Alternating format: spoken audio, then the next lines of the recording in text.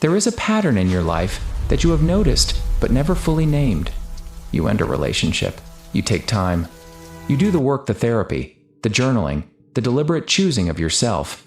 You become, genuinely, someone who has grown. And then you meet someone new. And something happens in the first conversation that feels like recognition. Like coming home. Like this one is different. And for a while, it is different. The details are different. The person is different. But then, slowly, with a precision that would be almost impressive if it weren't so exhausting, the same dynamic begins to form. The same distance. The same wound. The same specific flavor of hurt that you thought you had finally left behind. And you think, what is wrong with me? Nothing is wrong with you. That is not the right question. The right question is, what is the pattern trying to finish? Because in the oldest frameworks for understanding how souls move through time, this kind of repetition is not a malfunction. It is a delivery system. The same experience arriving in different packaging until the lesson inside it has been fully, not intellectually, not theoretically, but actually absorbed.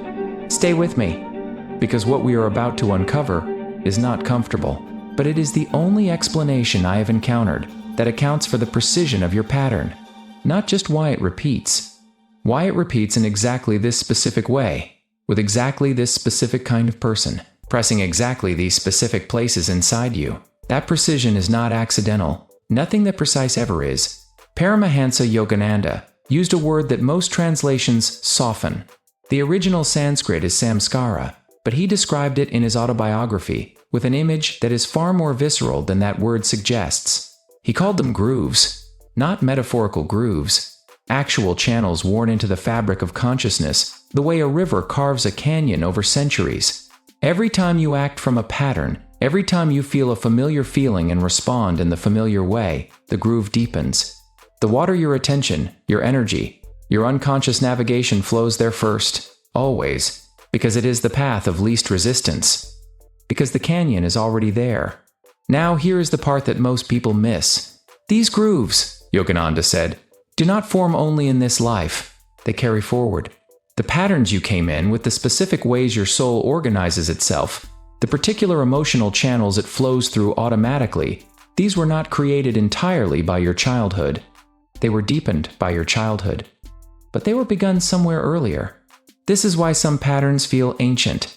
This is why some wounds feel pre-installed. This is why the work you have done, the genuine, honest, hard work, has made you wiser and more self-aware and genuinely better in so many ways. And yet this one specific thing remains. Slightly softer perhaps, but structurally the same. Because you have been working on the surface. And the groove runs deeper than this life. You have felt this, haven't you? The feeling that this particular wound, the one at the center of your repeating pattern, is not something you created in this lifetime. That it was already there. Not something you created in this lifetime. That it was already there, waiting when you arrived. That your childhood did not cause it so much as it confirmed it. That feeling is data. Now here is where psychology enters and where it hits its limit. There is a term in clinical psychology, repetition compulsion. It describes the unconscious tendency to recreate familiar emotional conditions, even when those conditions cause pain. The theory says we repeat because the familiar feels safe, because we are unconsciously trying to resolve an old wound by recreating the scenario that caused it, hoping this time it will go differently. This is true, and it is incomplete, because repetition compulsion explains the mechanism. It does not explain the targeting. It does not explain why your pattern homes in on such a specific type of person, with such a specific combination of qualities, pressing such a specific combination of your vulnerable places, with such surgical precision that if you described it to someone who had never met you, they would recognize the template immediately. That targeting is too precise for pure psychology, too consistent, too eerily accurate to be entirely explained by childhood conditioning and unconscious seeking, unless the seeking is older than this childhood. I want to tell you about a woman named Layla. She grew up in London. Mixed background, her mother British, her father originally from Iran. Careful, observant, the kind of person who noticed everything and said less than she noticed. She was not someone who rushed into relationships. She was, by her own account, and by the account of everyone who knew her, someone who chose deliberately. She had been in 7 significant relationships, By the time she was 38, every single one had ended the same way. Not with cruelty, that is the thing that made it so hard to explain, with a specific kind of emotional unavailability, a warmth that was real but had a ceiling. A person who was genuinely present in some ways and fundamentally unreachable in others. A love that she could feel but could never quite hold. Like trying to cup water in your hands, real, cold, unmistakable, and always slipping. 7 different people. 7 different lives, backgrounds, personalities, professions. 1 template. She had done good therapy, with a good therapist. She understood, intellectually, that she was likely recreating something from her relationship with her father. She understood the mechanism. She could name it clearly. And she kept doing it anyway. Because understanding a pattern and being free from it are not the same thing. Because the groove was deeper than the understanding could reach. At 38, after the 7th relationship ended in the familiar way, Layla did something she had resisted for years. She went to a past life regression therapist, not because she believed in it, because she had run out of things she did believe in. In her 3rd session, she encountered something. A life, a place she could not name.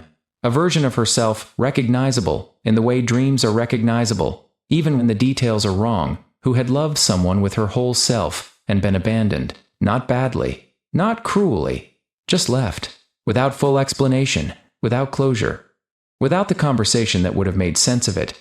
And she had decided, in that life, in that moment of being left without understanding, that she would never again need someone that completely. That she would love, but she would always keep one part of herself held back, safe, irreachable. She had kept that decision for centuries. She is not the only one in her relationships who has been emotionally unavailable. She had been choosing people who reflected back to her the very protection she had built.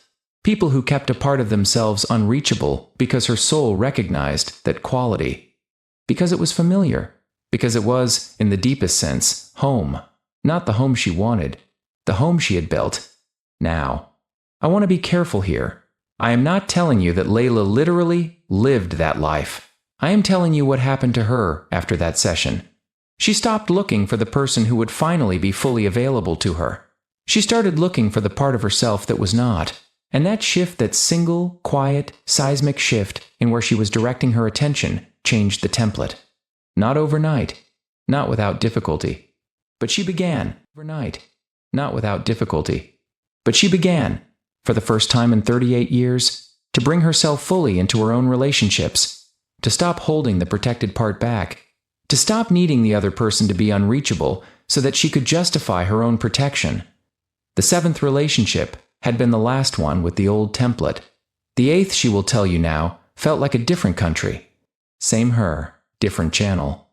The groove had changed. Not because she finally found the right person. Because she finally became the right version of herself. That is what breaking a karmic pattern actually looks like. Not a lightning bolt. Not a single moment of healing. A slow, deliberate, sometimes excruciating reorientation of where you are focusing your attention. Away from the external pattern who you are choosing, why they are wrong, why this keeps happening to you, and toward the internal one. The groove. The decision you made, somewhere, about what love is allowed to look like. What you are allowed to need. What you are allowed to be. Here is what I want you to do tonight. Not a journaling exercise. Not a meditation. Something more specific. Think about the last 3 people you have loved significantly. Not the details of what happened. Just the feeling each relationship left you with. The specific emotional residue, the particular flavor of the pain, or the longing, or the frustration, or the specific way you felt unseen. Was it the same feeling? Even if the situations were completely different, was the core feeling the same? If yes, that feeling is the groove. That is the karmic channel. And the question to sit with tonight is not, why do I keep attracting people who make me feel this way? But what belief about myself does this feeling confirm? What do I expect love to feel like that makes this feeling familiar enough to keep choosing? That question will not be comfortable. Sit with it anyway. The discomfort is the groove being examined. An examination is the first step toward the groove becoming shallower. You have been here before. In this pattern, in this specific wound, in this particular way of being hurt. But you are also, right now, more aware of it than you have ever been.